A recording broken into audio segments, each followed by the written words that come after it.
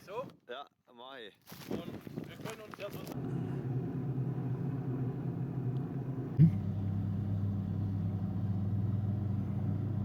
Kommst du daher? Vom Maischewald.